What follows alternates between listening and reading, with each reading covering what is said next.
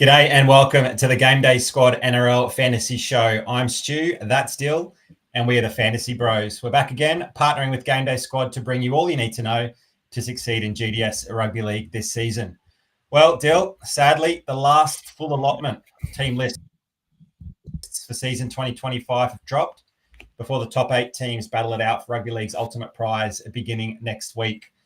It's time to take a deep dive into our round 27 GDS squads, around where we're going to have a handful of teams with a bit to play for, a win and in mentality for some, a number of teams already on a seat to Bali for their end of season shenanigans, and a team or two looking to spoil the party for a number of teams on the fringe of the 8. Still a lot to play for, both in terms of Rugby League and Game Day squad. But before we get to all of that, how did you go in round 26, mate? Yeah, g'day, Stu. G'day, viewers and listeners. And it's awesome to see so many new faces and new names commenting in the chat. We've got Kieran asking, how is it September footy already, mate? I absolutely agree.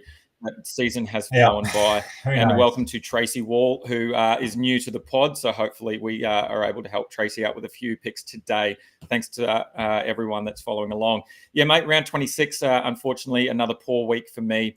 I feel like the last couple of weeks I've been saying that. I did get 13th in starter and 19th in champ with a couple of differences there. But my classic side is obviously where all my eggs have been placed. And I'm really just hanging on to that prize card in that competition. I'm struggling a little bit at the end of the season. I think the boys have gone pretty hard throughout the middle of the season. We got to where we needed to be. And look, we got one more. And I've just a bit of a teaser for my team. I've got a couple of risky plays, I think, and I really hope that doesn't cost me. But I think I've got to take a couple of risks just to stay in that prize card competition, mate. How did you end up? I know that you're pretty much solidified into that prize card draw or draft.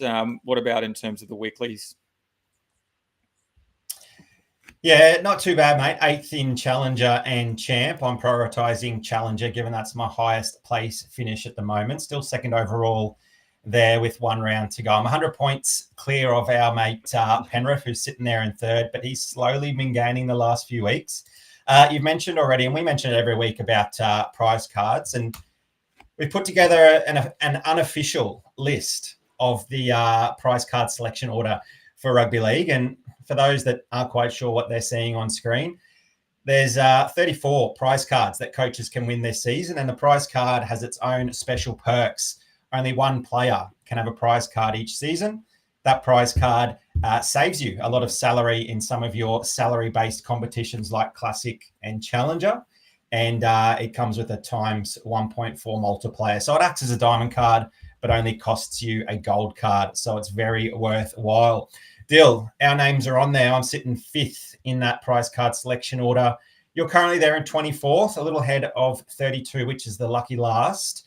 But you and Gardy are both there in green. Do you want to remind our viewers why you've got a prize card locked in there at spot 33? Yeah, definitely. Yeah. So I took out the GDS Cup, the inaugural GDS Cup, which was the starter competition that we had head-to-head earlier in the season, a knockout competition, single elimination, and I made it through to the grand final up against JT, and we had a great battle there, and I got out on top. And then Gardy did something similar over on the classic comp side. So he put together his classic side, and he was able to pot up almost each and every week. The king of the pods got it done in that last matchup, and so he is guaranteed a prize card in that prize card draft. And he, for some, that might be seen as Mr. Irrelevant at that 34th spot, but I think Gardy will be pretty happy with that. What I love as well is Ganners has joined us. Ganners has been following us all season, and he says 32 is going to change this week. That is the contender number 1 spot in 32. And Ganners had the top spot there for a little while and has been knocked off by a couple of good rounds by Donkos, and I'm sure they've got plenty to play for this week. So awesome to see Ganners here. I've already seen a little sneak peek at his team as well, and it looks like absolute fire for Ganners this week. So good luck to him. Beautiful, mate. I see a familiar display photo there in the comment section. G'day to Ryan P. G'day, Pity. He was on the show last week, of course, alongside Haz, unveiled as the 2 new fantasy bros who are going to do a lot of things in the AFL and cricket space over the weeks to come. Got Stephen here who said it's going to be a nice, tough week, and that's a good thing for Game Day Squad. If it's going to be tough, that should mean that there's a lot of movement in that prize card selection order. But Izzy, g'day, mate. Thanks for tuning in. Of course, it would be a Fantasy Bros live NRL show without the one and only Melissa, who has rallied the troops along and made sure we've got plenty of people here for the last regular round of the season. Just on a couple of things there. Firstly, Pity and Haz are going to be dropping their first lot of content regarding the AFL finals competition, the Aussie Rules finals, to give you a couple of options for the coming rounds. So keep an eye out on that. That'll be dropping tonight over on the Fantasy Bros Instagram. So if you haven't already followed our Instagram, go check out Fantasy Bros at Fantasy Bros AU over on Instagram, and you'll see those drop throughout the show. So it's going to be an awesome start to the finals comp for the Aussie Rules guys. And as always, look, we say each and every week, it's not too late to sign up. It is the last round of the regular season, but GDS have been awesome. They are putting on a final series for both Aussie Rules and Rugby League, so it is definitely not too late to sign up. There's still some time to win some awesome prizes and to start building your squads, even looking forward into next year as well. If you are a new user, make sure you jump over onto the GameDay Squad app or website. Use the promo code FBRL25 when you are signing up, and you'll see a spot to put that promo code in, and that'll give you 3x9 player common packs straight away for that rugby league competition. So you can jump straight into that final series and have a decent shot at winning some prizes in maybe that starter, classic, or even contender competition. So there's plenty of opportunity for you. As well as doing that, you'll get a heap of bronze cards to start your team as well. So definitely recommend jump in, have a crack, and get your squads ready for finals, but then also into next season too. Do you look at all these faces coming out of the woodwork? Deal a big reason so many are here joining us tonight, not only to get our valuable insight for the final round of the regular season, but you've teased it pretty frequently throughout the Discord over the past 48 hours. Yeah, mate. Hopefully people haven't been living under a rock. If you have, we have a massive giveaway tonight. It's probably our biggest giveaway we've ever done. We did hit 100 subscribers just over a week ago, and we did announce that we will be having a massive giveaway. As a result, though, and I think that's partly, but also the fact that Ryan, that Pity and have joined us to the Fantasy Bro squad, we've gained another 40 subscribers over that week. So thank you very much to everyone spreading the word and getting everyone involved. So we've got plenty of prizes on the wheel tonight, and every one of those prizes will be going off the wheel. We have packs, we have cards. We also have the awesome Fantasy Bros hat. I think it's 1 in 5. There's only 5 available. 4 of them are owned by the Fantasy Bros. So there is one here that will be someone's tonight. So we're looking forward to spinning that wheel. Mate, without further ado, should we get into the first lot of wheel spins? What do you reckon? Alrighty. So before we get into that, a couple of things. Look, this episode might be a bit longer than normal because we are giving away 20 prizes. So we will be spinning the wheels a few times. And the way we're going to do it is we are going to spin the wheel first for a prize and then spin the wheel for the winner. And we'll be doing a whole lot all at once. So let's jump in and share my screen here. And we're going to jump in first with, sorry, the wrong one. We're going to jump in first with our wheel. Hopefully we can see that there. We've got prize up on screen. I think we've already had a comment earlier today about the aesthetics of the prize card wheel, and I love it as well. Unfortunately, to answer Mel's question, no, there's no spot on the wheel to become the 5th Fantasy Bro, but maybe that's something that we'll look at in the future. Definitely. Alrighty, let's spin that wheel and see what our first prize is. All right, first off the bat, we have the Joshy Brown Diamond for the Oz Cricket competition. So for the Josh Brown Diamond, we're going to jump across. We are going to share the wheel with the names. And look, we have over 50 names on that wheel. So thank you very much for everyone sending through their screenshots. Let's see who's going to win the Joshy Brown Diamond for the Oz Cricket season kicking off in December this year. And it's going to be tight. First up, it is Akil. Thank you very much to Akil. You have won yourself that Josh Brown Diamond. Please make sure you jump into our DMs over on Discord or Instagram, and we can organise that for you. Congratulations, Akil. Good on you, Akil. Well done, mate. And I hope that Josh Brown comes in handy for that Oz Cricket season. Alrighty, let's jump across. So we're going to do 3 more giveaways here, and then we'll jump into some content, and then we'll keep giving away some cards and packs and prizes throughout the rest of the show. Next up, we have the Aussie Rules card. This has been kindly donated by the GDS boys. It is an Errol Goulden gold card. I believe he's a pretty good player over on the AFL side. Maybe P and Haz can help us out with that one there. I think Tommy's hoping that he wins this one. Then GDS Tom.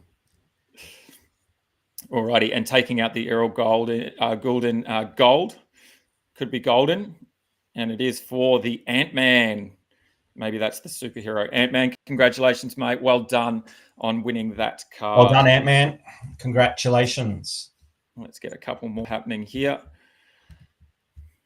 Alrighty, spin that wheel again for another prize. This is our third prize off the wheel, straight into it. It's coming round. It is... the Steve Smith Platinum. Now, that could be a massive card for the Oz cricket season, I reckon. Absolutely. That's how many games he gets this season, and certainly post-retirement from the Test team. I know someone that will be having his prize card that'll be pretty keen on him getting a few games under his belt. Alrighty, it is Benny Austin. Congratulations, Benny Austin, with the Steve Smith. Unreal work there, Benny. Alrighty, and let's jump in. Let's go one more prize, and then we'll get into some positional rankings.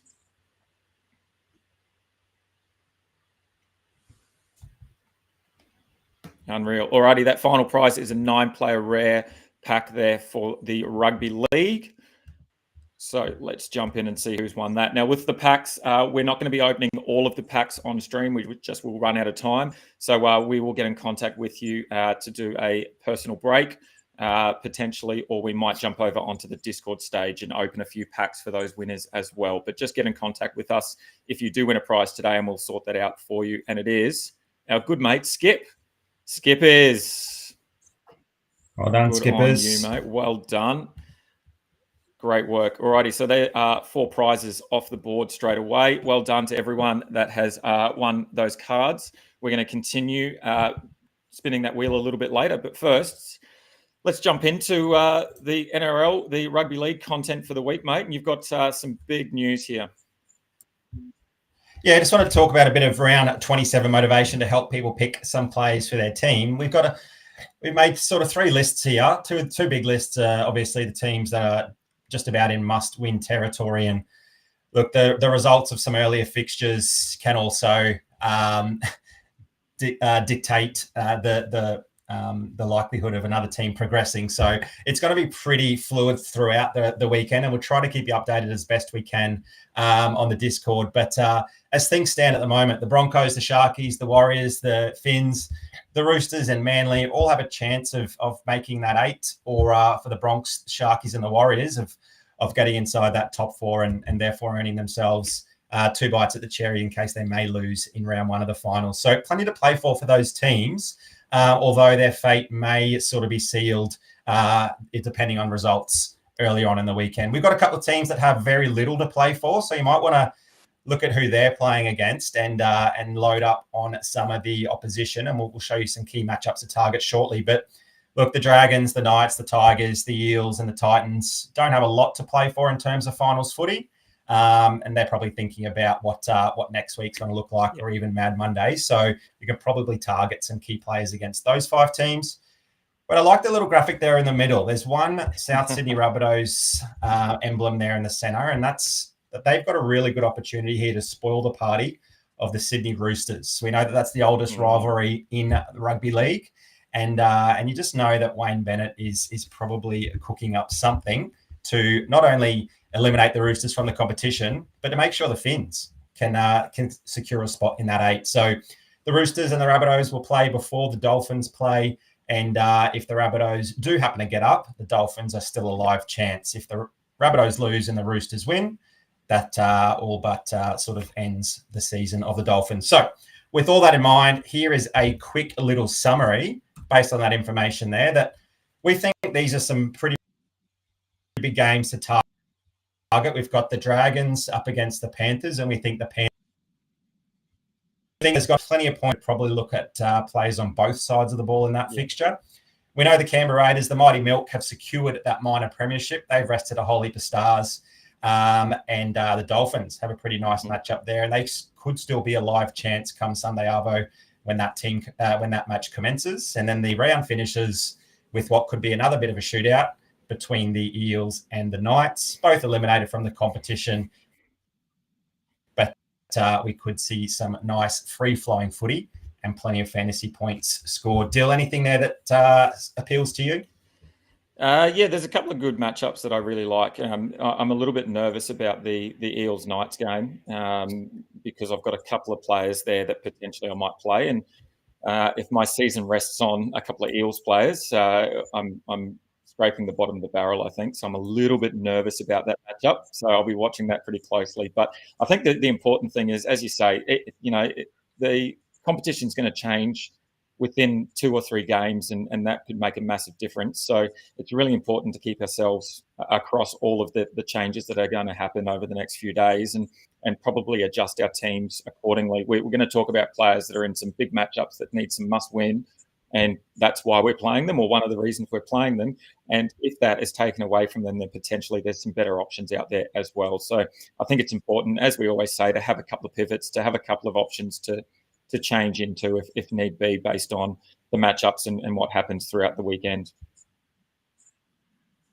Absolutely right, mate. Let's get into some positional previews. Those that haven't won a prize yet, do not fret. We'll go through 2 positions, then we'll spin the wheel for some more prizes. Jay, all good, mate. The Fantasy Bros hasn't been claimed yet, so you're still a massive chance to get that 5th cap. Right, Adil, let's get into the hookers for round 27. There's been a man that we've spoken about just about every show. Are you going Blake Brayley's direction, or are you looking elsewhere? I think I'm going to look elsewhere. Look, there's a couple of really good options this week in Brayley, Coruscant, Cook, even Simpkin again. Jeremy Marshall-King's put up some great numbers over the last few weeks, but I think I'm going to go with the man Cook there for the Dragons up against the Panthers. And I know it's not necessarily a matchup that we're targeting for the Dragons necessarily, more so for the Panthers, but I really like what Cookie's done the last few weeks. And if we have a look at the hookers up against Panthers in particular, they're allowing 53 in the last 5 games to starting hookers. That includes a 71 from Sam Virals, who we also have on that list there, a 70 from Jaden Brayley, and then a 67 from Harry Grant. So the Panthers are really letting in some points through that hooker role.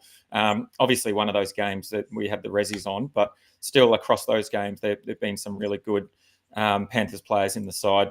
And Cook's really seen an increase in minutes as well. And I know that's been a sort of a sore spot for us over the last, back half of the season, really. But his last 5 matches, he's averaged 76 minutes on the field.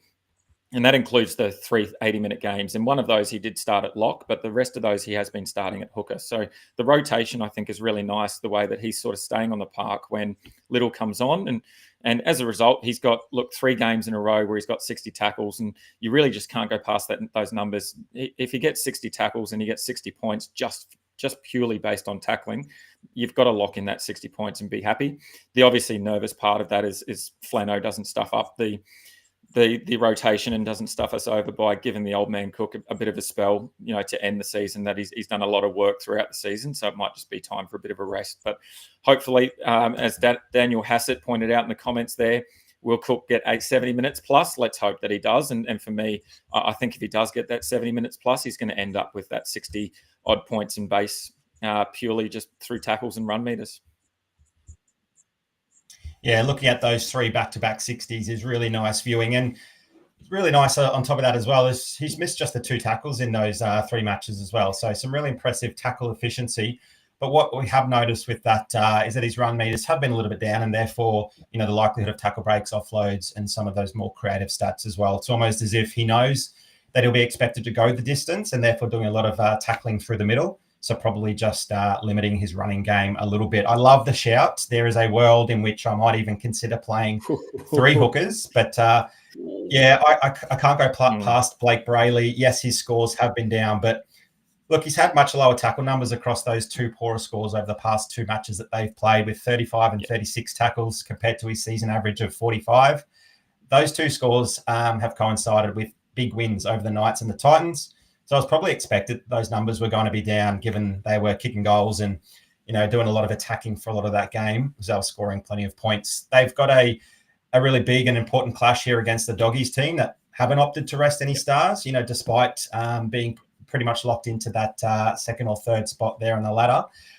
So I can see Blake Brayley's numbers sort of returning to where they were when we were really pushing to get him into our squads. Given it's a really important game here for the Sharkies, I think he'll get back to those 45 to 50 tackles. And his running game has just been absolutely elite. The Sharkies look amazing when he's picking up the ball quickly and darting out and putting some of those big boys through the line as well. So, yeah, I'm not too worried about those last two matches. I love Cookie's previous couple as well, but Blake Brayley's been doing it for much longer, and we know that his role is guaranteed. The Dragons bench there is still those four big forwards, and at any moment, Little can slot in there at 9, and some of those bigger players can play in the lock. The other play very quickly is Api Coruscant. And look, he's picked up the kicking duties in Adam Dewey's absence, and he's been amazing in the last 2 weeks, really, for the Tigers.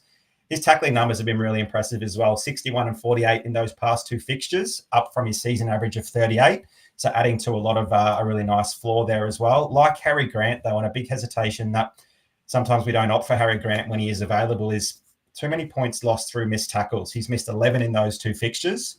But the goal kicking, he kicked 6 goals in the past 2 matches, sort of make up for that somewhat. But without Adam Dewey there, more responsibility for Api Coruscant. He's sort of taken a little bit more ownership with both the tackling and the running and the creative stuff of the footy. So he's probably a bit of a pod play with a nice high ceiling in that bit of a shootout with the Titans there. So probably a play for some coaches that are looking to get in. Yeah, and just looking at the comments, Jay Boney has agreed with you there. Got to pick Appy with the kicking duties. So he's on that sort of same thought as well. I guess hopefully he doesn't miss too many tackles. And as you said, if he does, then he makes up for that through the kicking. Yeah, love it. So we've got a couple of differences there, which I always love to see. And there's plenty of options as well for coaches that might not have a Blake Brayley card or might not have the Cookie card there. So there's Api Coruscant or JMK as well as some options. Awesome. Let's jump across to the middles. And look, for the first time in a long time, we can say that the big three are back. Payne Haas, Terrell May, and Isaiah Yeo, who are our big three through the middle, who have been pretty consistent all season. I'm going to run with all three of them. It's pretty much a full-strength Panthers side, and they're up against, obviously, the Dragons as well, that really only have pride on the line. So you'd expect Yeo to play some big minutes, hopefully. Maybe not getting back to that 80, but getting close to, particularly with the finals just around the corner. From there, then, I'm assuming you're playing the same. From there, where are you looking in terms of that that fourth or maybe even fifth middle, or are you just going to stick with the three? No, I think I'll run a fourth. This stage, I've got Tino locked in. I am a little bit hesitant on Isaiah Yeo. I'm not sure he gets the full 80 minutes. Look, he finally gets named at the starting 13 following that shoulder injury. Panthers are likely to run up a score there against the Dragons. Who knows? Maybe they work hard in that final match, knowing that their end of season is just around the corner, and really put it to the Panthers. But look, the other side of the coin is that Isaiah Yeo hasn't played 80 minutes since round 17, and he's likely going to need to do that quite often in the finals, depending how deep the Panthers can go. So this could be the opportunity where he does get those big minutes to make sure that he can, get through that big workload during the finals. But since that 80 minutes in round 17, he's played just 54, 70, 52, and 63-minute games and only scored 2 scores above 50 GDS points. So there is some hesitation there. Payne Haas and Terrell May, certainly the two clear in terms of players you'd probably want to put some extra salary on. Probably just a bit of a watch over Isaiah Yeo. They've obviously gone Brad Schneider on the bench, maybe to give Nathan Cleary a bit of a spell. So there's no real pressure on taking those minutes through 4 forwards, but certainly something to see, mate. I do like Tino Fa'asuamaleaui again this week as a middle option. Big win over the Tigers could just give them some small hope to avoid the spoon, given that the Knights play the Eels after them, meaning, if the Titans rack up a score and then the Eels smash the Knights, there is a chance that the Titans can leapfrog them based on for and against there. So you just know that Tino's going to be ripping in as captain. Will he be there next season? Who knows? But he is that one guy that is going to keep putting in. And I wouldn't be surprised to see him sort of crash over close to the line, or look, even put his hand up to play 65 or 70 minutes, keep tackling, keep running, keep offloading, and threaten that line. So, yeah, I really like him as a player. We've seen him score just 2 weeks ago, I think it was. He's always a threat. And yeah, I think he's in line for a big score. Yeah, I like that. And I guess for me, I'm going the big three, and then I'm actually looking at potentially two middles as well. And I guess firstly, when I was putting the notes together, I was looking at either Tino or Naf White, and I think Naf White's been having a pretty good season over the last few weeks now that he's got that lock roll sort of sewing up. And then I sort of just went, why don't I just play both? And in a week where there's not a lot of upside, or there's limited upside in some of the edges that we're going to talk about. I don't think there's that elite 2 or 3 that we can definitely bank on. And as you said, there's a few different hooker options, but I'm always hesitant to play double or triple hooker. So I think I might just lock in the two middle forwards in Tino Fasuamaleaui and Naf White. As you said, Tino's been pretty good over the last 3 weeks, averaging 58 minutes on the park. And as a result, he's getting just above 60 GDS points in base and power, which is a great numbers. And as you say, there's opportunity there for some upside. So I'm happy to lock in that floor of around 50 to 60, depending on his minutes. And as you said, he could potentially play 65, and that'd be unreal. And then White, very similar. His minutes are hovering around that 50 to 55 now that he's got that lock roll confirmed at the Roosters. And his last 4 rounds, he's averaged about 50 in base and power. And then he's got that upside of that offload, or even a sneaky try, which we've obviously saw over the last couple of weeks. So, look, I mentioned on Discord earlier in the week, the Roosters, and you said at the start of the show, the Roosters are in a must-win situation, and they'll probably want to put the Rabbitohs to the sword. The Rabbitohs don't have too much to play for besides that bit of pride up against the old rival. And it'll be interesting to see what that final team list looks like for the Rabbitohs, with Cam Murray looking to potentially play his first game of the season in the last game, which I think is a little bit ridiculous. Just give the bloke a whole year off and let him fully recover. But anyway, so it'll be interesting to see what that looks like. So I think at this stage, I'm just going to lock in the floor of both players with that upside, and hope that I get that sort of 50 to 60 and just be happy with that and move into a couple of riskier plays somewhere else. Yeah, look for those high upside players, maybe in the backs. Made any love for Corey Horsburgh? Gone from almost not talking to Ricky Stewart on the outer there at the Raiders to captaining the side after they've sewn up the minor premiership in round 26. He scored some big scores over the past few weeks, and probably is going to get some more minutes and more responsibility. I think it's a pretty good option when, like we've talked about with the Panthers a couple of weeks ago, last week, resting all their players. The Raiders have done something similar, in both Young and Hosking are having a bit of a rest. So Horsburgh's got some big shoes to fill across the park. There's a number of other players there that are having a bit of a break. And look, Horsburgh's numbers over the last 3 weeks, he's averaging 63 GDS points. So there's all potential there for Horse to have a big game. And it's been his sort of attacking upside that I've really liked as well. Well, obviously he rips and tears whenever he gets the ball in his hands, but he doesn't mind having a bit of an offload.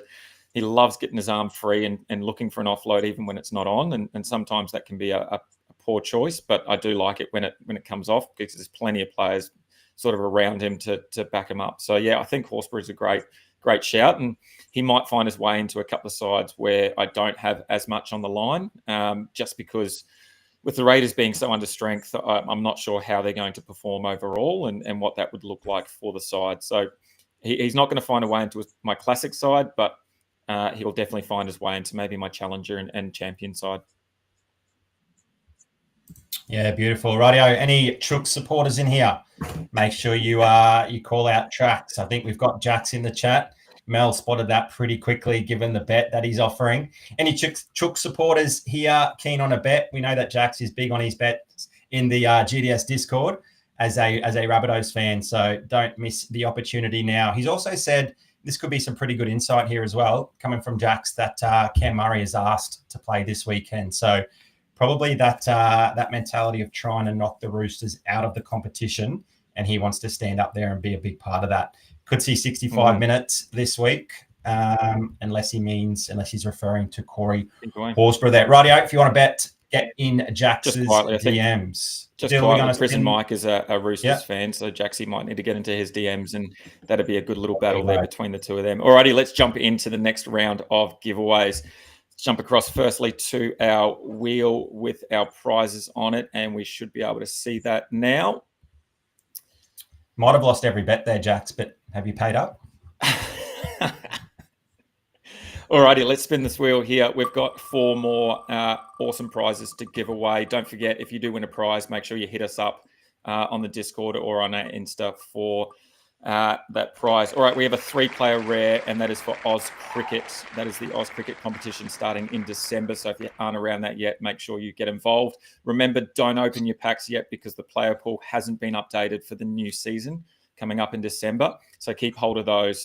Do not open them. So we'll send out that 3-player rare pack. That has also been donated by GameDay Squad. So thank you very much to the GameDay Squad boys. Alrighty, the 3-player rare pack for Oz Cricket. Let's spin the wheel and see who's going to win that one. Coming around, it is. Is it Napa? Is it Scorpion? Scorpion's got it. Good on you, Scorpion. Massive Scorpion. Oz Cricket fan. So congratulations to Scorpion, mate. Looking forward to that season. Back over to the wheel. Let's spin again for the next prize. So we're up to what, our 6th prize? Yes, correct. Righty, and our first Aussie Rules pack off the board. It is a 9-player rare. That again has been donated by GameDay Squad. So thank you very much to the boys over at GameDay Squad. 9-player rare. And let's spin the wheel over here to see who's won that.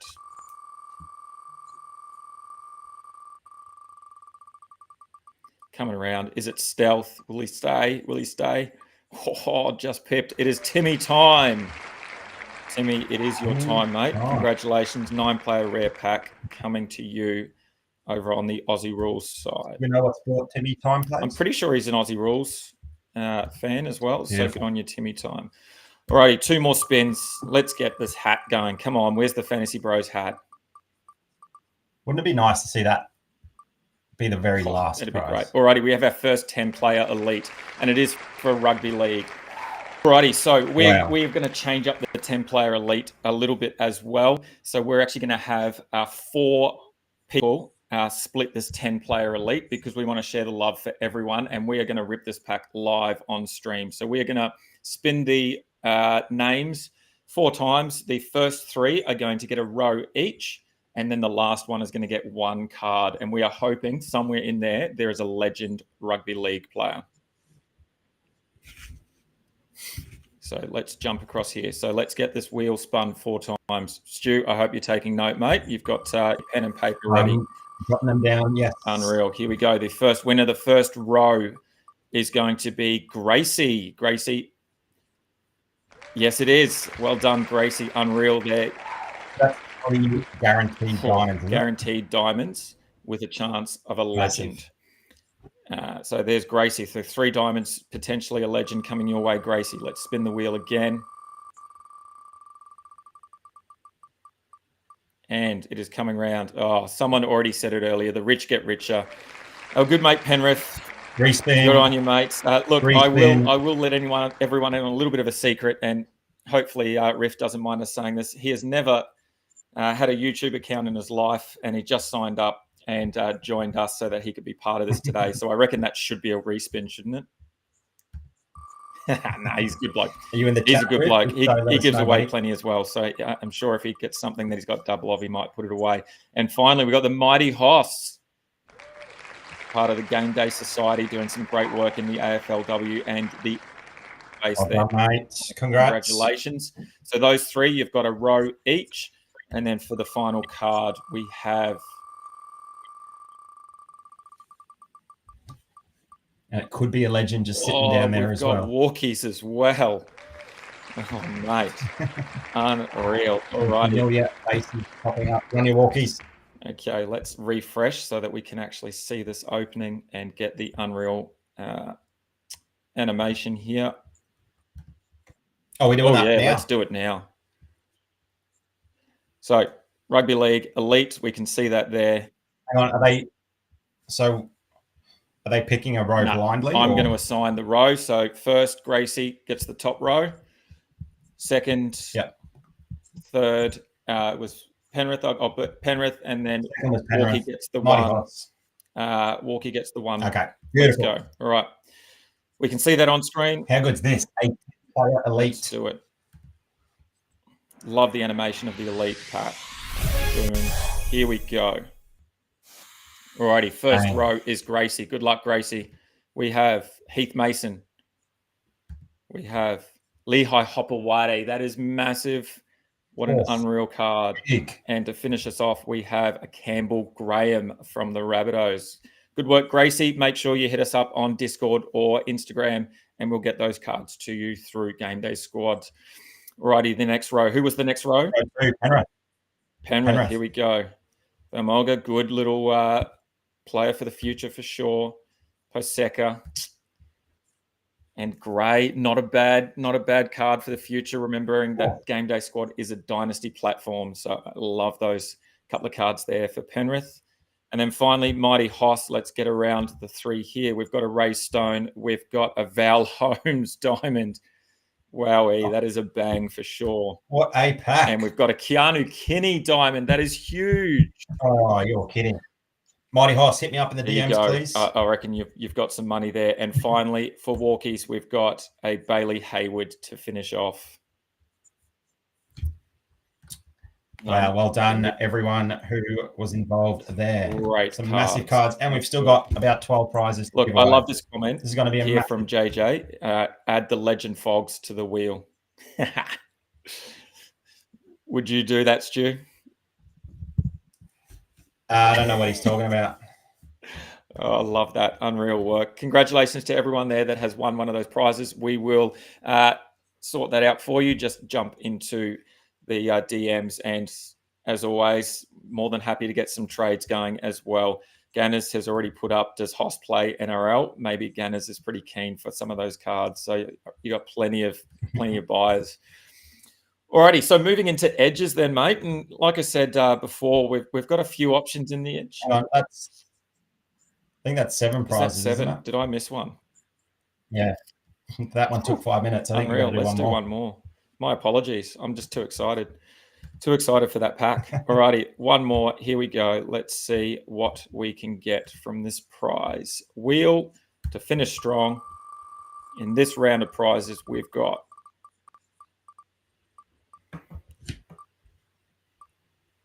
three-player common for Oz Cricket. So the Big Bash season coming up soon. That is three-player common for Oz Cricket.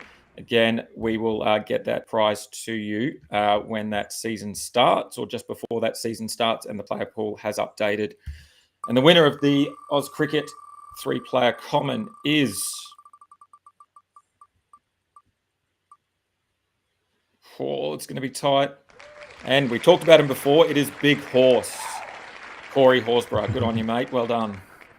Big fan of the show. Work. Good on your horse. Love what you do. And we got the Mighty Hoss in here as well, saying it looks like he'll be playing NRL next season. It says the Game Day Society. I think he's probably inundated with DMs regarding some of those cards that he's just won from the 10-player elite pack. Audio deal, edge forwards. We'll rip through a couple more positions and then get straight back to that mega wheel for some more prizes. No Hudson Young this week, so where this position is lacking a little bit, but we do get Keon Koloamatangi back for the Rabbitohs in that big matchup with the Sydney Roosters.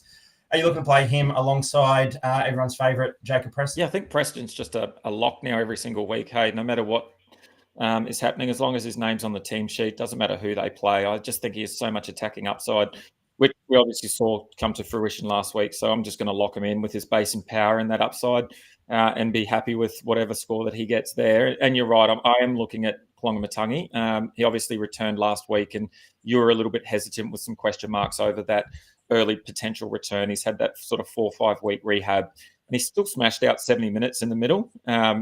He did have a little spell there where he was off, and a few in the Discord were a bit concerned that he wasn't going to come back on, but he certainly did. And during that time, he still racked up the 30 plus tackles and almost 200 run meters, and he only had 3 demerits to his name. I think he missed 1 tackle, so pretty happy to lock in the starting prop playing 70 plus minutes with a base and power of 50 plus, and then that attacking upside again. And you can play him in your edge spot. I think it's just a no-brainer. And I know we've thrown around the term cheat code a few times this season, but Koloamatangi is just one of those. And when there's not a lot of elite upside in some of the other options that we have on screen there, and Crichton, Fermor, Katoa to an extent. I think there's potential there for Ali Katoa, and I think there's potential as well for Tallis Duncan, who's coming off a pretty good 2-round or last 2 games of 70 plus in both of those. But if you're happy to just run with that base and power of, sort of 50, and then that attacking upside that we know Kalongamatangi has, and he's playing through the middle, I think it's a no-brainer for me. And yeah, I'm just going to look at that safe floor with that upside. Yeah, and I'm not sure if that South Sydney Rabbitohs bench will remain as named, but you've got Brandon Smith, Jacob Host, Cody Walker, and Cam Murray on the bench, a fairly small bench there as well. So you'd expect Keon to get plenty of minutes if that is how they do run out. And like I said earlier, look, Wayne Bennett seems to have this lot primed for a bit of a spoil the party outing against the Roosters. And wouldn't that be great to see? You'd expect Keon Kalongamatangi to be on the field for a big part of that. And when you can get a big minute forward like Keon, who's been elite when he's getting those big minutes, I think he's a pretty solid play there alongside Jacob Preston. Mate, I'm looking at also probably playing Eli Katoa on the bench as my second bench forward. Yeah. Look, if he gets to reconnect here with Jerome Hughes on the right edge there for the Storm, they'll want to bounce back after a really disappointing second half last weekend against the Roosters, where they were honestly embarrassed for that second 40 minutes. So I don't know if Jerome Hughes is fully fit, but they've obviously got a finals match next week. So it looks like Bellamy wants to give him a bit of a run out just to blow out some cobwebs. He may not get the full 80 minutes, but if he is tentative at all with that shoulder, it probably just means Eli Katoa is a little bit more involved in tackling, but also Hughes is probably more likely to sort of shovel the ball under him a little bit earlier than going right at the line just to protect that shoulder a little bit in a game that, it is fairly important to get things back on track for the Storm, but ultimately it's they don't have to win it. Their finals situation isn't going to change too much. So I think we'll see his normal base and power, which provides a really nice, safe floor. But with the Melbourne Storm against some decent teams, there's always that threat of edge forwards scoring tries. We know the Bronx are going to get up for this. They'll be wanting to win. They'll earn a top 4 spot if they do. So I can see this being a pretty decent game, and a game where someone like Eli Katoa can certainly shine. Yeah, I don't mind it. The only reservation I have is the Broncos have been pretty good defending that side of the field, particularly against edges over the last 5, and they're only allowing 35. But we know, Katoa is a better player than some of the players that the Broncos have played up against or defended against lately. So there's plenty of opportunity there for Katoa to have a big game. The other player I actually don't mind from our list there. So we've got Preston Katoa, Kalongamatangi. We've got Angus Crichton and Tallis Duncan. I actually don't mind Beau Fermor. We've already talked about the Titans and Tigers game a little bit, and I will continue talking about that game and the potential that it has to probably have very little defence and a lot of attacking opportunities. And look, the Tigers have allowed 47 in the last month on that side of the field, the left side edge field there, and that includes a Huddy Young 71. So I think there's plenty of opportunity for Beau Fermor to have a big game, as we've seen in the past. The concern, obviously, is if they have an injury outside him, he shifts straight out to that centre, or the wing. The centre moves out to the wing, and he moves to the centre, and he never really scores as much as he does playing on the edge. So there's always question marks over him as well. But I don't mind him this week against a Tigers side that, both sides have nothing to play for, but the Titans will want to play for a little bit of pride and the future, I think, as well, in terms of who's going to be coaching there and what it's going to look like. So I think Fermor's a pretty good shout. Yeah, we could see plenty of pods across that edge position. Skip has reminded us another plus here for Eli Katoa is no Shibasaki in the side, stood down due to disciplinary reasons. Bit of a silly weekend to have a couple of drinks and turn up to training a little bit hungover, with the Broncos, on the precipice there of a top 4 finish. So some more reasons, some more ammunition there to slot Eli Katoa. Will be running at Dean Mariner defending on that left side centre spot. So there could be some weaknesses there for the Bronx. So nice pick up there, Skip, and that's just giving me a bit more confirmation in that Eli Katoa play. Right, Jill, the halves this week, we've got a plethora of options, and sadly it means that we're going to have to leave some of them out. We've obviously got Nathan Cleary, who returns for this wonderful tune-up match here against the Dragons, where we probably expect the Panthers to run up a bit of a score. They have named Schneider on the bench there in the number 14, so that's probably insurance there for Nathan Cleary to have a bit of a spell if things go to plan. We did see what Nathan Cleary could do in 50 minutes there off the bench against the Eels not too long ago post-Origin. He's just a superstar, whether he gets 80 minutes or maybe only 60 on the park. He's still someone you've got to play in your team regardless, isn't he? I challenge anyone to fade him with any confidence. I definitely won't be doing that. And in fact, I'll just load up on the salary with him. I think it's just a no-brainer again. Majority, or a large percentage of coaches are going to roll out Nathan Cleary if they've got a card of his. And I think for that reason, it's just a really simple player to load up some salary and potentially get that point of difference playing a potential gold versus someone's bronze in maybe that contender side. So, yeah, I'm pretty happy to roll him out if he gets in the same boat there. So I don't necessarily think that's too much of an issue.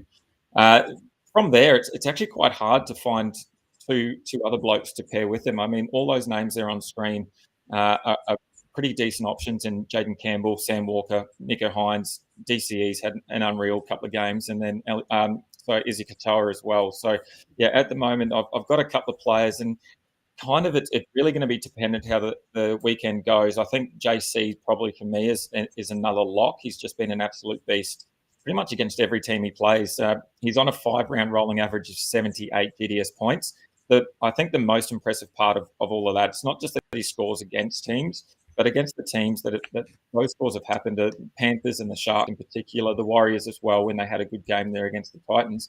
Those are some pretty good defensive sides in the Panthers and Sharks, and JC's still able to just rack up the points.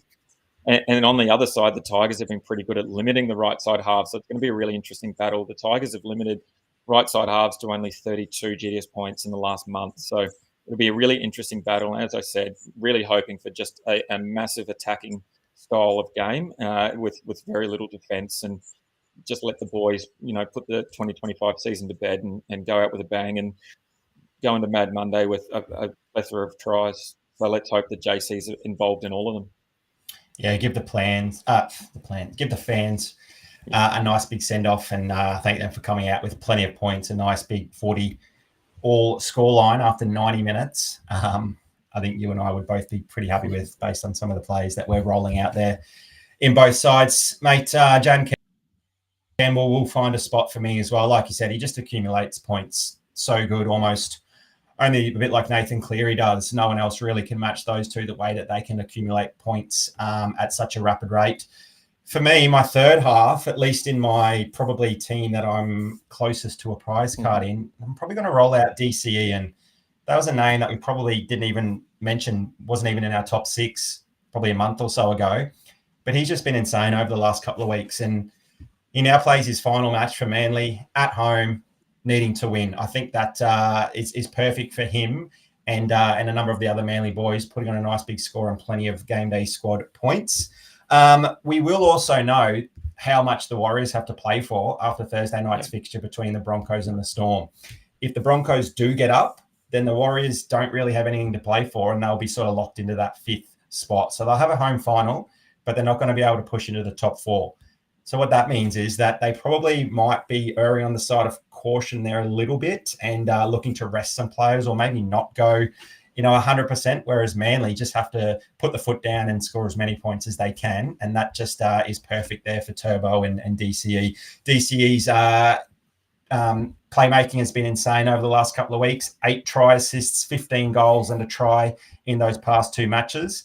Obviously a lot tougher there with the Warriors, but like we said, if the Broncos get up, DCE, there's every chance that he could go back-to-back top scores and push near that ton once again. Is he in consideration for you at all? Yeah, I've got him and Nico Hines currently sort of highlighted, underlined, circled as 2 potential players to come into my side, depending on what happens in some earlier matchups. Look, I like DCE, and Manly have obviously got a very slim chance of making the finals, and it really depends on a whole lot of other teams and other aspects. But I really like those numbers that he has been putting up, and it's against the Warriors, and who knows what the Warriors are going to throw up. We just never know what happens with them. And DC obviously been sensational the last few weeks, scoring that 97 and 100 against the Dolphins and Dragons, respectively. The concern that I have, I guess, is the 3 games before that, he could only manage 1 game above 30. So I do have some reservations around DCE there. And then the other one is Nico Hines, who's up against the Bulldogs, and that could just be a massive game there. The Bulldogs have been pretty good at allowing right side halves some points, particularly the last month, allowing 52. That includes a 91 from Dewey in that absolute mudbath of the game. The 51 from Sif Kanga's boyfriend, actually, Wishart, scored a 51 against the Bulldogs there, and then even a 40 to Brad Schneider, of all people, last week. So there's definite options there for someone like Nico Hines to have a big game. And there could be a pivot if the Broncos don't get up and then the Sharks are playing for that 4th place. I think that's going to be super important, and that probably comes into it as well, that the Bulldogs don't have too much to play for and they're just sort of getting themselves prepped for the final series. So the Sharks will want to try and move into that 4th spot if they can. So yeah, Hines is definitely on my radar there. But at this stage, I am running out Izzy Katoa up against an undermanned, understrength Raiders side, albeit that they've still got a couple of starters at least. But there's just a few boys there from Rezzies, and I think 3 on debut as well. So that's awesome to see. Look, the Raiders, they've been pretty good at defending the left side halves in particular, allowing only 40 GDS points in the last month at full strength. But obviously, a different side when there's 10 of your top blokes out as well. So at this stage, I'm just going to run with Izzy Katoa based on that. And he's been absolutely enormous this year. He's averaging 22 tackles, 100 plus running meters, 440 kicking meters, 3 tackle breaks, and then 1 try assist per game as well. So we know that similar to someone like Cleary and JC, that he gets done across a number of areas of the park. Look, at this stage, he's averaging 53, and that has him good enough to be ranked 6th based on averages across the halves. And he's only one of 3 in the top 10 halves who have played all of the games to date. So it's awesome to see Izzy being, completely healthy for the whole season and really organising the Dolphins around the park. And that game could have massive implications as well, depending on what happens earlier. So yeah, I'm gonna, at this stage, to sum it all up, I'm going Izzy Katoa with a potential pivot based on what's happening to either Hines or DCE. And I'm probably leaning towards Hines more so than DCE at this stage. And roll out any of those 6 and you'll probably still be rewarded with some pretty big scores. Don't overthink about it. Go with your head. Who's going to score the most based on the matchup? You probably can't go wrong with any of those 6. Who's going to be the top 3 is going to be the tricky decision. Mate, we're nearly at the hour mark and we've only gone through 1 backs position. Let's get things rolling and hand out 4 more prizes before we attack 2 more positions. Okay, let's get 4 more prizes happening. All right, let's spin this wheel straight away. Get into it. Here we go. Come on. Oh, we've gone past the hat. We've got a 9-player unique, and it is for Rugby League. That is a 9-player unique. And the winner of that 9-player unique pack is... Getting round. Here we go. It is on... Pushing. It is Nathan Hartwell. Nathan Hartwell. Wow, well done, Nathan. Congratulations, mate. That is a 9-player unique pack. That is an unreal prize there for you over on the Rugby League side of things. Alrighty, we've still got a couple of elite packs in there. We've got a couple of decent diamonds, and we have everyone's favourite all-star in James Tedesco, the face of GameDay squad. James Tedesco, all-star. And will this person be able to play him this week? They will definitely be able to play him. That's a little teaser for our fullbacks position, I think. And that player playing them is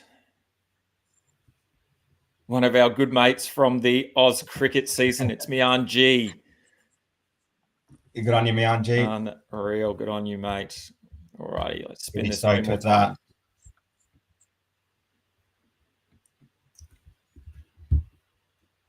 Oh, are we pushing the elite? Oh, not quite. We've got the Luke Metcalf diamond on the Rugby League side. He started off with a cracker season, unfortunately, succumbed to injury and has missed the back half, but hopefully he'll be fresh for 2026. Yeah, be a bit handy pickup for next season. The Warriors certainly need him. We've gone downhill since he had his injury. The winner of the Luke Metcalf diamond is Fighting Fury. Congratulations. Congratulations, Fighting Fury. And one more, I think. Here we go. Last one of this round. What do we got?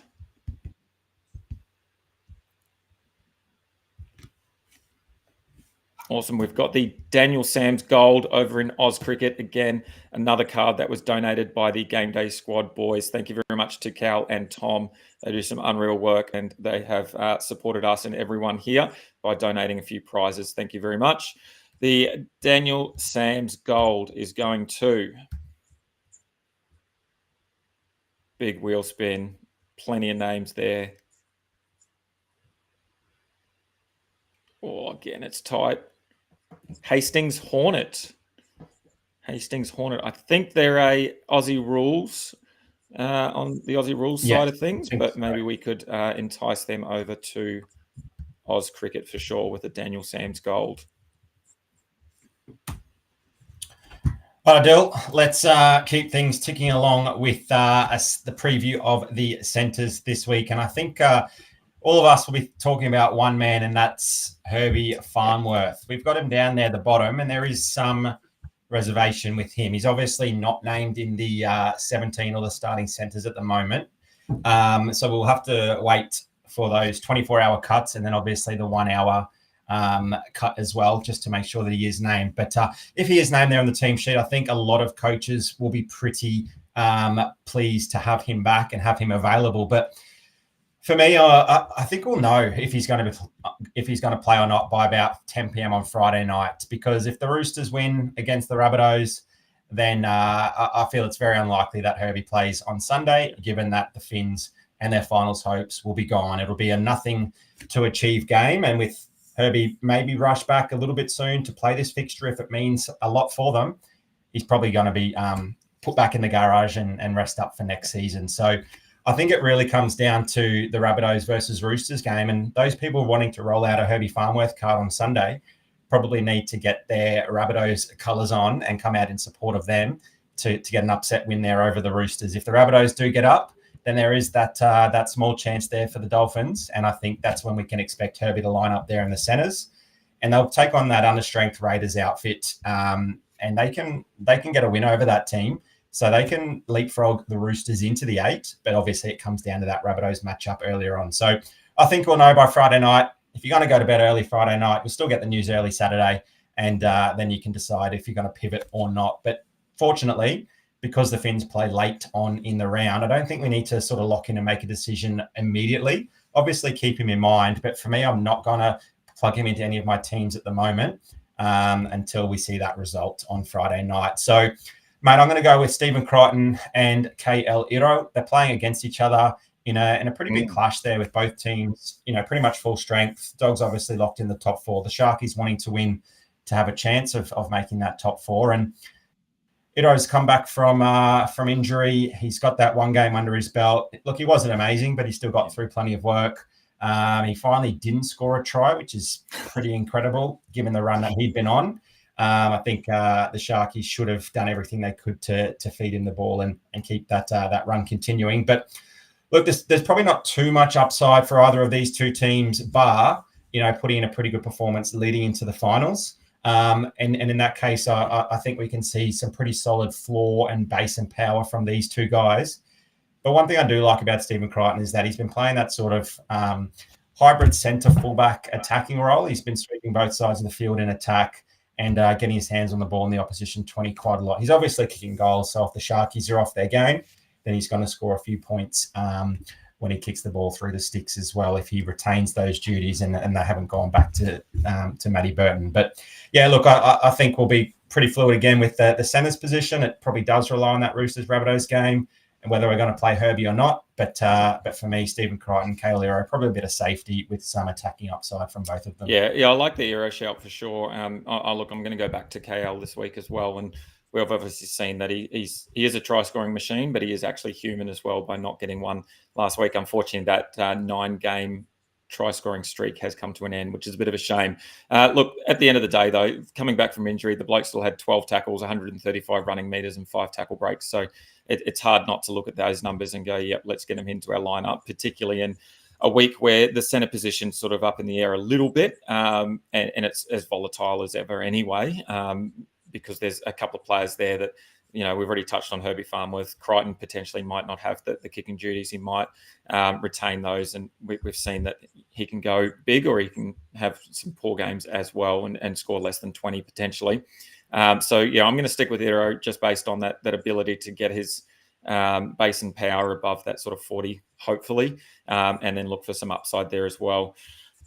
At this stage, I have locked in Herbie Farnworth, and we obviously don't need any stats to support Herbie. He's just an absolute freak. And before his injury, he had a 5-round rolling average of 64. But then we take out that injury-impacted game with the Warriors, where he still scored 50 points in one half of footy. We take that away, and his previous 5 scores, his average was soaring above 70. So for a centre, scoring 70 plus, I think is just unreal. And hopefully we have a pretty good idea earlier in the week whether he is going to play or not. I've just been thinking, and I haven't got too many stats to put together, but I kind of like RTS as well. I know Manly, they're allowing some decent points to left wingers, and they're allowing about an average of 53 over the last month. And then Roger over the last 2 weeks has had some decent scores, albeit he has had 3 tries across the last 2 weeks of scores of 81 and 77. So it's a bit concerning that he needs to cross the line, I think, to score anything above 30 or above 40, because the previous 2 weeks he had a 39 and a 32 against the Dragons and Bulldogs. And in one of those games, he did score as well. So I am having a look at RTS based on the matchup. It's probably going to be dependent on whether they can make the 4 or whether they're just sort of playing for that 6th spot where it's sort of solidified. So if there's some option of them potentially playing the 4, I might look to pivot to RTS as well. Because if he does score, he's going to probably score. He does score a try, he's probably going to score pretty well. So at this stage, it's Farnworth and KL for me, but definitely some options in RTS, maybe even Stags might have a look in a couple of sides, just depending on what that final Broncos and Storm side looks like. Yeah, for sure. Let us know in the comments who you are rolling out in your centres. It might be Bobby Toya to pair him up there with Mark Nawangani-Tuase. We saw both of them put on an absolute clinic last week in that second half there against the Storm. They now have that easier fixture on paper there against the Rabbitohs, so there could be a big shout for playing both of them, or at least Marky Mark there on the right wing for the Roosters. I will be looking in that direction alongside Zachy Lomax there in the final match of the round. But there are some pretty good other fixtures there as well. Players like Lehigh Hopewade on the end of that Manly back line. Taylor May's been awesome for the Tigers, and he's every chance of scoring tries in patches, in bulk numbers against the Titans there. And Tommy Jenkins on that left wing for the Penrith Panthers against the Dragons, every chance of finding the stripe as well. If we expect the Dolphins to put on a score against the understrength Raiders, we know that they've been attacking left really, really well. But Jermaine Osako kicking across the line or two as well, and he could be onto a big score. So I do think Lomax and Marky Mark are going to be pretty popular. I don't know if Marky Mark has that hat trick in him. I do think that there might be a bit of an ambush, but I'm certainly confident on Zachy Lomax. I think the Eels are going to put the cleaners through the Knights. He'll probably score a try or two, kick plenty of goals, and the Knights are going to limp off that field licking their wounds. And we're going to have a nice big score from Zachy Lomax to finish the round. That's the way I'm going. Where are you going, Dill? Yeah, I do like the Marky Mark shout there, obviously coming off the massive 4-try effort. I was a little bit concerned, though. I saw that the Panthers have all their stars back and had a look at the team sheet, and there was no Brian To'o, which was a bit disappointing. And then I go across to the Bulldogs team sheet, and there's no Kiraz. So that sort of limited our options, I think, a little bit. So I am going to run with Nawaqanituaze. I really like what he's been doing pretty much all season, really. He's had a great season, and he's probably got the individual try of the year, I think I'll call it, award probably stitched up with his little chip over the top effort. But he's had plenty of other, been on the end of plenty of other sort of team try efforts as well. So I like what he's doing. And the interesting thing, the Rabbitohs have allowed 40 points to left wingers. They've actually allowed 55 to right wingers. So there's also a shout potentially for the right side to have a decent score as well. But we did see that in terms of the last month of footy, we had the the standout game with the Broncos up against the Rabbitohs, and both wingers went above 70 points. So we could see that again as well, depending on how the Rabbitohs roll out. And look, I don't feel great about this second option. You did name him. The Eels do face the Knights at CommBank Stadium, and it feels kind of full circle for the Fantasy Bros. We kicked off the season interviewing James Tedesco at the start of the year over at CommBank Stadium, and now I'm going to be riding Lomax pretty hard Sunday afternoon, Sunday evening, because he could be the make or break of my GDS season, and I'm super nervous about that. Because outside of a decent game against the Bunnies in round 24, Lomax has been pretty disappointing. He's been averaging 26 across the last across 4 of the last 5 games that he's played, and he does come up against the Knights side who just have forgotten, don't know how to, or just don't care about defending anymore. I'm not quite sure. We've said it probably the last 4 weeks that they're just looking ahead to their Mad Monday and what that Bali trip's going to look like. And as a result, since round 21, the Knights have allowed an average of 40 40 NRL points put on them each and every week. I think there was one game of 38 and another game of 42, but it's absolutely ridiculous, the scores that they're letting in. And as a result, the right wingers are really feasting. We got 52.5 averaging for the right wingers up against the Knights. So if the Eels can put on a big score, I think Zachy Lomax is going to have a big part of that with the goal kicking as well. I think hopefully there's going to be a big score in Zachy Lomax. Yeah, unfortunately, though, those that followed the numbers last week would have put Sione Katoa into a number of their teams. Yet all the points were scored on the left wing through Ronaldo Mulatalo. So is it a Josh Adokar week? Maybe. Obviously, like the safety there in Lomax kicking goals as well. That obviously makes... Do not tempt me in Josh Adokar this week, mate. I do not need that in my life. Well, look, I won't play him either. But look, Lomax has that upside with the goal kicking. Mitchy Moses there is going to run all of the play down the right-hand side of the field, you would expect. And we know that Zach Lomax is going to put in his massive shift of 20 to 25 runs. And with that comes some offloads and some tackle breaks. He'll probably look at this game and go, oh, yeah, bit of an easy game here against the Knights. I'm going to rip in and make a nice solid statement here to finish the season. I don't want to miss out on those big scores that he can certainly put up. Yeah, I agree. Alrighty, I think it's time for another wheel spin. What do you reckon? Let's do it. That's what people are here for. Alrighty, we've got 8 prizes left, and there's still some massive prizes up on the board, including 2 10-player elite Aussie rules packs. That is massive, as well as some James Tedesco cards there to boot. Let's get into it. Alrighty, the next prize is a Sam Billings Diamond. He has re-signed with the Thunder, so it's good to see him back this season. And we are giving away the Sam Billings Diamond for the Oz Cricket Season 2.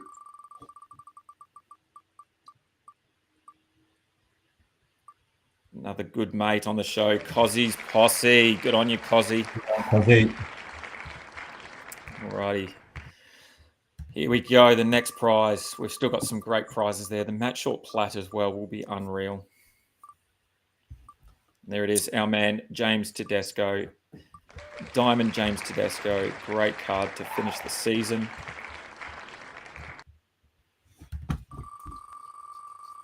And that is going to...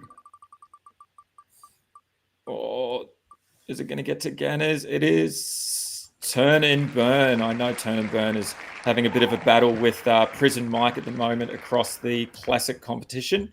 So Turn and Burn might need that card there, and we might get it out to him as quick as possible. Oh, yeah, that'd be a big play in the classic comp. That'd be huge. Alrighty, here it is. Here it is. It's time. Here we go. The Fantasy Bros hat. Here it is. We're going to honorary member. Here we go. Ooh, this is the big one. One of the big prizes. Good luck, everyone.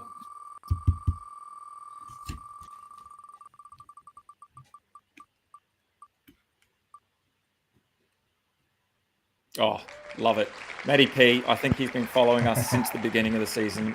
Feel like he's watched every show. Matty P, you deserve that Fantasy Bros hat, mate. Yeah, I think he's a worthy winner there. Well done, Matty P. Now, do we have one more prize here for this round?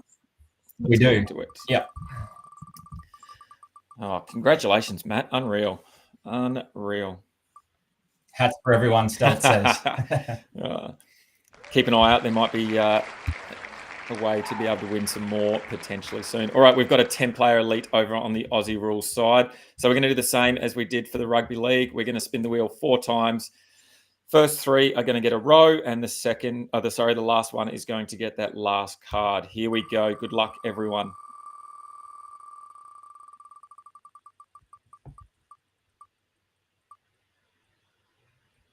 And the winner of the first row is Jay Boney.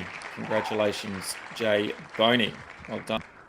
Well done, Jay Boney. 3 diamonds, maybe a legend coming to Let's you get a legend from the AFL side of things. On stream would be unreal. The next row, Dan's Dynamos. He had a big match up against you last week in the head-to-head competition that we've got going on. Did you want to give him a shout out there, mate? Yeah, good on you, Dan. Well done, mate. Nice, another nice Canberra Raiders supporter. Did knock him off in the in that little competition that we had going on there in the grand final, but nice of him to win. I don't know if he plays AFL, but well done, Dan. And then finally, we've got Donald Basin, who is massive over on the football side. You would have seen some of his stuff over the last few weeks leading into the football season. Good. That is massive. Good on you, Zonald. Looking forward to all the content that you're putting out. Zonald also said that he might be jumping over onto the Discord stage and ripping open some football packs tonight as well. So keep an eye on that. And finally, 1 player goes to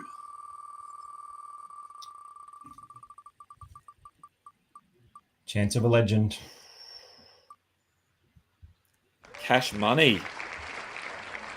Unreal.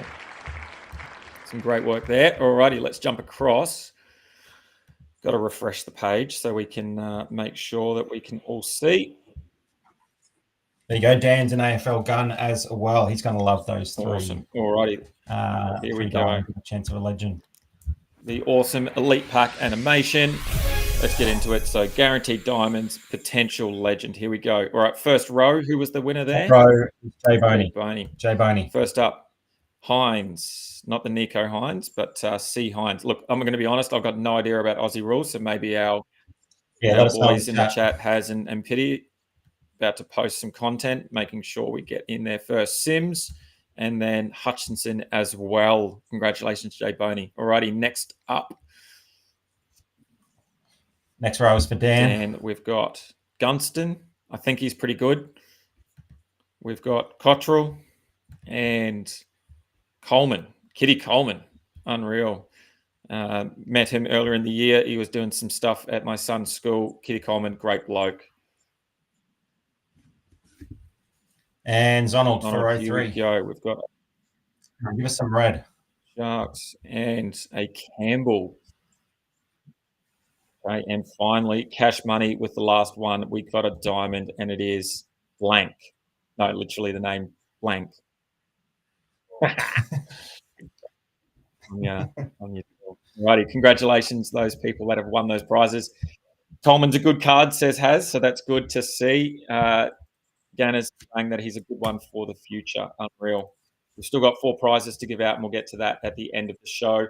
Let's try and wrap this up as quick as we can because we have probably overstayed our welcome a little bit. Stu, who are you looking at for fullbacks, mate, considering we've got some unreal options? Yeah, similar to the halves position, a plethora of good fullback options this week. So, look, probably another position where I'm going to sprinkle 5 or 6 of these options across my 4 teams and probably a position that coaches can go a number of different directions. And I think maybe some prize cards could be decided based on the selections across the fullback position. Obviously, you don't have to pick 3, but a week like this, we're expecting plenty of big points to be scored across the fullback position. So picking 1 on field and 2 on the bench is probably the best way to go. Mate, we've mentioned him a few times already. A couple of coaches in the chat have already won a James Tedesco card. There's been a diamond and an all-star given away tonight already. Mate, he was unreal against the Storm in that second half last week. I think he's going to want to continue that form this week here in that final round match against the Rabbitohs, where it is a must-win for the Roosters. They're expected to win. And you just know these are the matches in which James Tedesco stands up. And look, if he's anywhere near his form from that second half last week, we can probably rely on a pretty decent score. Even if he doesn't find the try line, plenty of runs, plenty of tackle breaks. He provides that really safe floor with plenty of upside. He does have Sammy Walker back alongside him. He scores with Sammy Walker, word down for 3 or 4 matches, and then they absolutely skyrocketed for a game or two. So let's hope he's on the end of a big score alongside Sammy Walker. And if we're plugging James Tedesco into our teams, I think some of us will want to hope the Roosters win by 50. I know he's in your side, so let's move on to our next fullback. For me, that's going to be Tommy Turbo. Pair him with DCE in a team, and that could be a really nice stack, particularly if the Broncos do get up over the Storm on Thursday night. That'll relegate the Warriors to 5th place. They've got no chance of the 4, and Manly have that really small chance of causing some serious headaches in that top 8. So they're going to want to score plenty of points. It's DCE's final game at 4 Pines. They're capable of scoring big points in big batches. If you're playing DCE, I think it's really smart to play Turbo as well, or Turbo can certainly be a standalone in case you want to hedge against some of the coaches rolling out DCE. He's probably going to be amongst the points. He's looked really healthy, really strong, really good the last couple of rounds. And I think he's going to continue his run of form this weekend. Yeah, just imagine if we get to that point, that game Friday night, and there's a potential for Manly to make the 8 by scoring, 80 points against the Warriors. Imagine if they put on a ton against the Warriors, and that would be unreal scenes. But yeah, I'm also going Turbo for some similar reasons. The Warriors have allowed 50 over the last month to fullbacks, and Turbo's probably, I think we can say he's returned to Turbo form. He's got a 5-round rolling average of 55, and then we shorten that to the 3-round filter by those games, and it's 65 GDS points in those 3. So I think it should be an absolute slobber knocker of a game, the Warriors against Manly. And look, the other thing we can look at is Iongi scored 70 against the hapless Warriors last week. So I can really see Turbo going large at home on a Friday night. 4 Pines should be unreal for that crowd. So I think, lock Turbo into my side. I did mention at the start of the show, I've got a couple of risky plays, and this is one of them. I'm actually going to run out Iongi against the Knights this week, purely because of the matchup that they have. Look, the Knights have allowed 75 points to fullbacks over the last month. So it is going to be that riskier play because he's not known as one of those top fullbacks that are able to accumulate points sort of across the park. And we haven't really spoken about him too much. But yeah, with that average where the Knights have just put it to bed and they just don't care about defending at all. They've let in 110 points to both Drinky and Walsh in the last couple of weeks. Look, they did restrict Edwards and Kennedy to less than 40 though. So it's a little bit nervous, but if I do get nervous, and I probably will, I think I've got a pretty good option to pivot, and you're going to talk more about him in a moment, in that man, Trey Fuller. I think he could be a great pivot option, or even if someone isn't keen to play Iongi, I think Fuller will be a great option there. Yeah, Matty P is thinking along the same lines with Teddy and Fuller. Like Harry, like Tom, like Sif, everyone's rolling out Reece Walsh. And look, I'll be rolling him out in my challenger side, given I own his prize card. So I get his diamond multiplier at the cost of a gold. But I'm not so certain he continues his run of excellent form. I'm not expecting a big 70 or an 80, certainly not 100. We did see what Teddy did against that Storm outfit last week, but they're not going to allow a fullback and an opposition team to roll through them like they did last weekend. So look, I think it's a really tough matchup here for Reece Walsh. He's obviously in some incredible form. I know that you deep dived into the stats and saw how players bounce back from some toilet-related incidents. We knew that Reece Walsh had a bit of a potty mouth, but he just took that to the extreme, didn't he? Look, I'm not that confident. I don't think he's going to continue that massive run of scores that he has been going in. I'm still going to run him out, but he won't feature across all of my sides. I don't think I can take that much risk into a Thursday night match. If he returns a 30 or a 35, which he's definitely capable of, I might be a bit of a sad and miserable man over the rest of the weekend there. So, yeah, like you alluded to, Trey Fuller for me. He's been in some outstanding form. I'm hoping the stars align, that the Rabbitohs get up. Herbie Farnworth gets named for the Finns. He's in the left centre. Hammer's in the right centre. And Fuller retains his number one spot there at the back.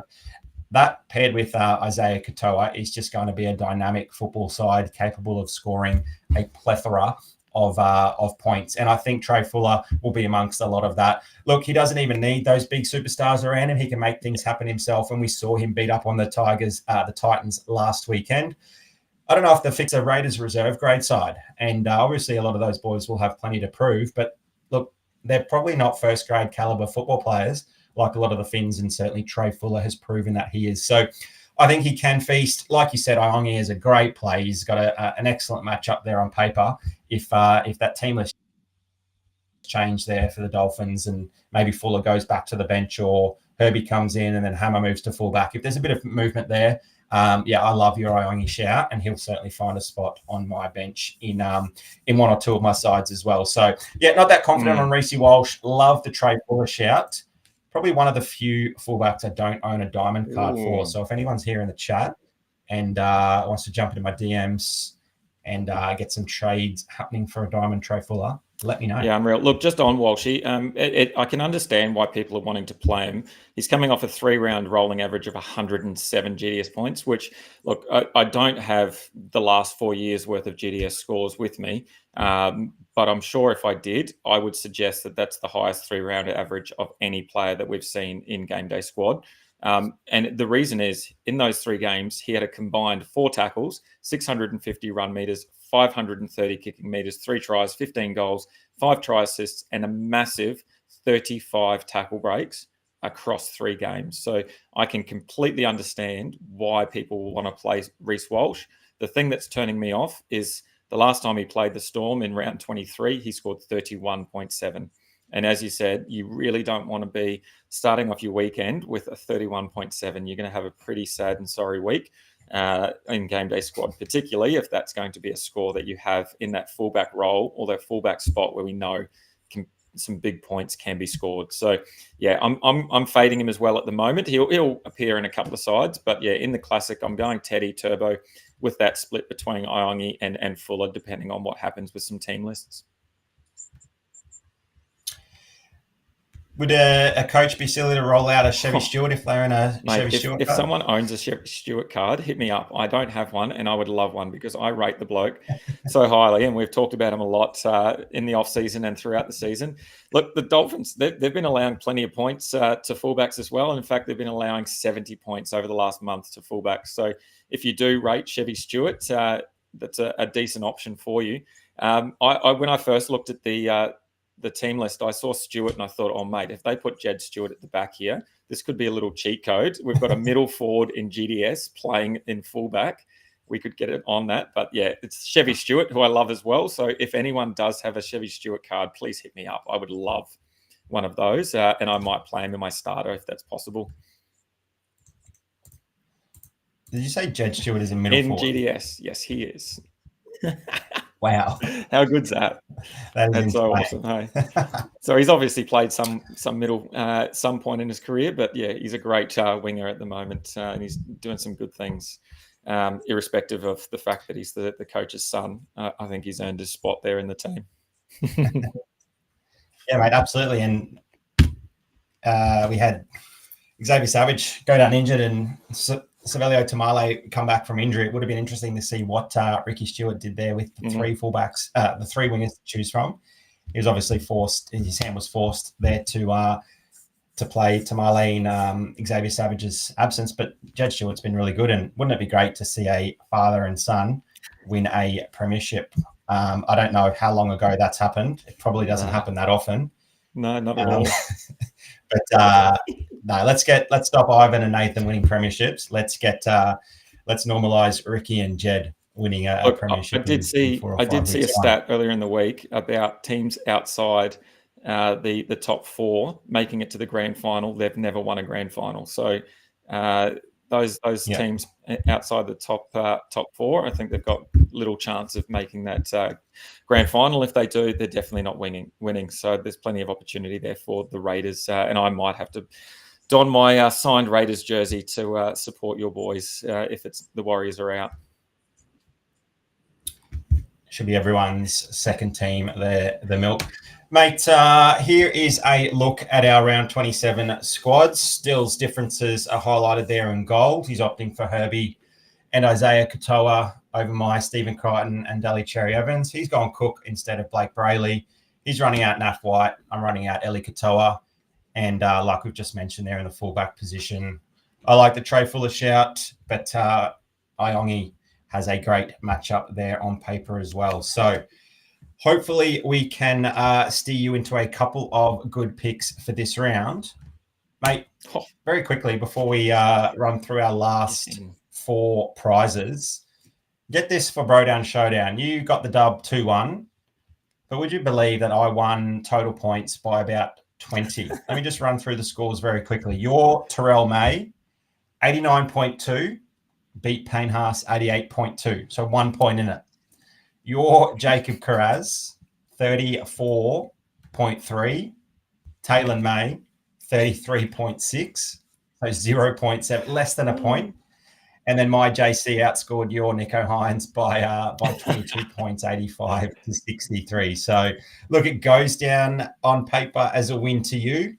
I think that's an incredibly hollow victory, and you'd be a brave man to be proud and to claim Not that. at all. The great Vin Diesel once said, it doesn't matter if you win by an inch or a mile, winning is winning. And I'm going to take that win. And I'm pretty sure if we go back and have a look, you did say last Brodown Showdown is the winner for the year. So I'll take that victory and I'll run with that to the cows come home. Are we not playing next week? Well, we could play next week because there is some finals happening. So that would be a good way to finish up on the finals as well. Alrighty. And to finish us off for the show, thank you very much to everyone who stuck around for an hour and a half, obviously much longer than the usual show. Wow. It is an hour and a half of chatting footy and spinning a wheel for some prizes. There are still some great prizes there, including the Matt Short Plat, James Tedesco Gold, Laurie Evans Diamond, and the 10-player elite for Aussie Rules. Let's spin the wheel. Let's see what prize we are opening next.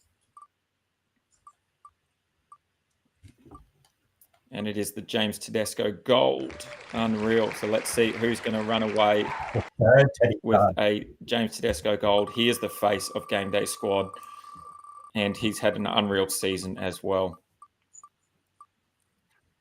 G'day, Timo. Thanks for subscribing, mate. Unreal. And the winner of the Gold Teddy is Miles Swell.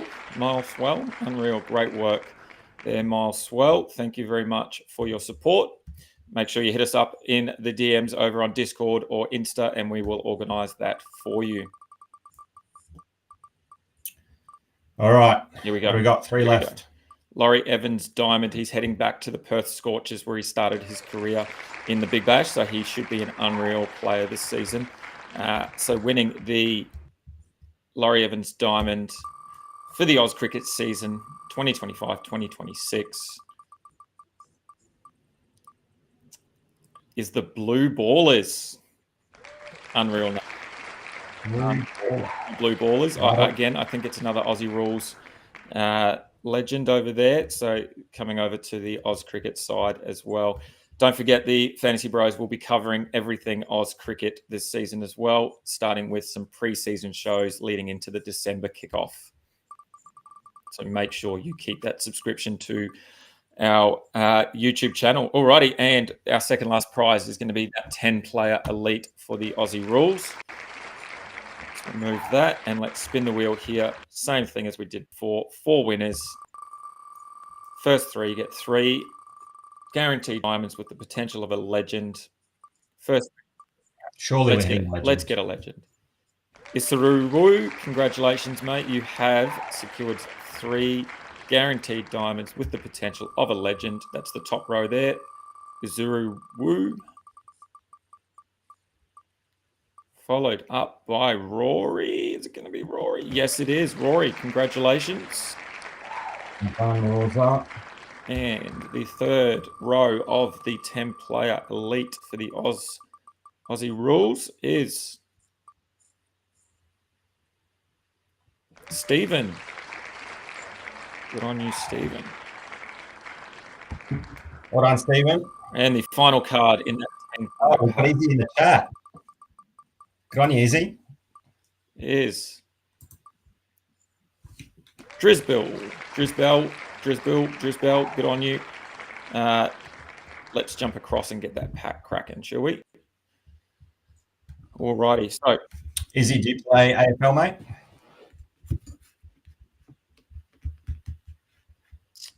Okay, let's share that. Let us know. Over to the packs. Let's scroll down to our final elite for the night. Let's get some red. Come on. I spun on my chair and used my left hand. Let's go. Okay, the top row. Who's that going to again, Stu? That is Izzy. Perfect. I think we've got Izzy in the chat. Let us know. We've got a Rosis. Oh, here it is. What? Why is he clicking so fast? Oh, no. I've ruined it. Oh. Who is it? I can't read it. Trezees? Oh, I hope he's a decent player. Oh, I cannot believe I did. Izzy, there you go, mate. As soon as I saw red, my hand started shaking. I accidentally You even said it, then you clicked it. Oh. That is huge. Bang. Wow. I can't believe I ruined our first legend on stream. I am so sorry. All right, let's see. Can we get another one? How does it go, Harrison? Let us know. Alrighty, and the third one there is Burgess. Congratulations, Izzy. Well done. Wow, legend. I'm shaking. I can't do it anymore. Here we go. All right.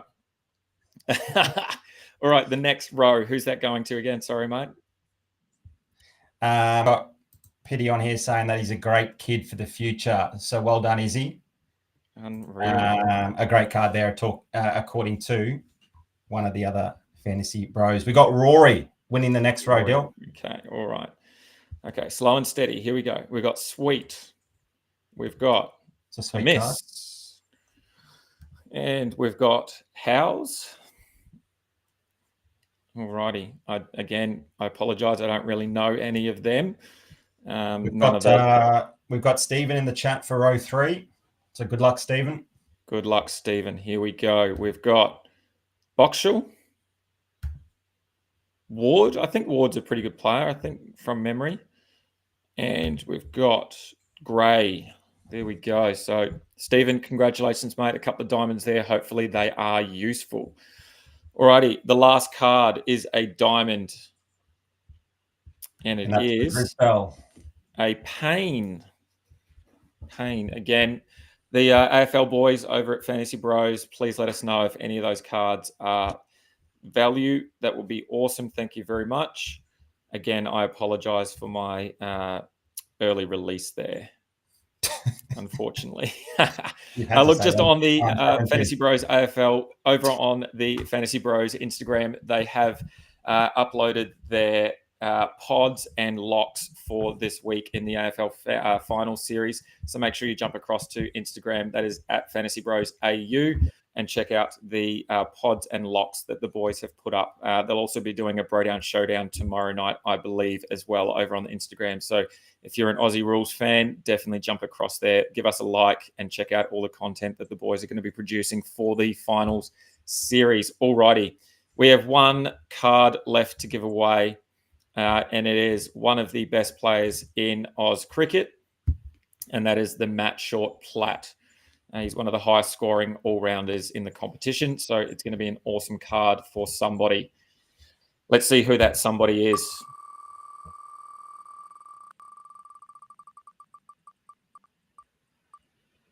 Oh, and it's got around. It's past Napa, and it's got to Cowboy 09579. Unreal work, Cowboy. Congrats, Cowboy 09579. Well done. Great work. Does that mean there's 9,578 Cowboys before him? I think so, yeah. Unreal. Stephen has just commented and said we probably should take the pack insurance and membership, but a couple of decent cards for the future. I like that. Decent cards for the future is what I like. Pity's also put up that Ward is a sneaky pod for the weekend. So there you go. That pod coming in. I love it. And has also put up that Ward is another great pick for the future. So that's good. Like we said, GameDay Squad is obviously a dynasty platform. You keep all the cards that you pull or that you win live on stream. So they are yours forever. If you choose to keep them, you can obviously sell or trade as well over on the marketplace. Thank you to everyone who got involved tonight. That's messaged us through their subscription that joined for the first time this week, either because you wanted to win some unreal prizes or because of the AFL Aussie Rules boys that have joined us as well. We cannot wait for that to kick off next year. We're looking forward to all of the content that we will produce over that 2026 season, as well as the Oz Cricket 25-26 season. That, look, just quietly, I do love cricket, but there's just something about the Big Bash season that I love it so much. It's holidays, it's Christmas time. You can't get any better. Test cricket on in the morning, and then that Big Bash to finish off in the afternoon. Great way to spend your day. Fortunately, Dill, we've still got 4 shows, or I don't know, but my maths is right. 3 or 4 shows remaining for the finals series. We'll be previewing round 1 of the finals next Wednesday night, same time at 7:00 p.m. As always, thanks everyone for tuning in once again. We love the support throughout the season, and particularly tonight with those massive viewer numbers. Congratulations to everyone that won the prize. If you didn't win one this evening, commiserations, but the Fantasy Bros love to give back to the community. There are always plenty of prizes, and we hand them out just about every single stream. So keep that support up. Make sure you like us on Instagram, on Facebook, on TikTok as well. And if you haven't already, subscribe to YouTube. Make sure you do that because you've missed out on a couple of prizes tonight, but we'll certainly be running another couple of giveaways just like that in the not too distant future. Thanks again for tuning in once again. I know it was a long one this evening. Hopefully we've steered you into some pretty nice picks for this weekend. Obviously the last round of the regular season. Make sure you're keeping up to date with things in the Discord server. Download Discord and go follow the GameDay Squad Discord server. Dill does a fantastic job posting those team lists 1 hour out from kickoff. You don't want to be caught out with the donut in your team, particularly if you're someone hovering around prize card selection territory, or you're a sneaky chance at a weekly top 3 finish. Thanks very much, Dill. Good luck this weekend. Thank you very much, everyone, for joining in. And make sure you get in touch with us on Discord, on Instagram, to claim those prizes. We'll try to get them out as quickly as possible. And just quickly, massive shout out to Mel. Mel's Misfits in the Discord. She does an awesome job supporting us each and every week, and obviously pumping up those numbers through the Discord as well. So thanks so much, Mel. Your support means so much to us, as does everyone else's. We really appreciate it. Good luck for this week. Good luck for the finals for everyone. And don't forget, the Aussie Rules boys have been putting together some stuff for you as well. So go check that out on our Instagram at Fantasy Bros AU. Thanks, Stu. Thanks very much. Have a good night.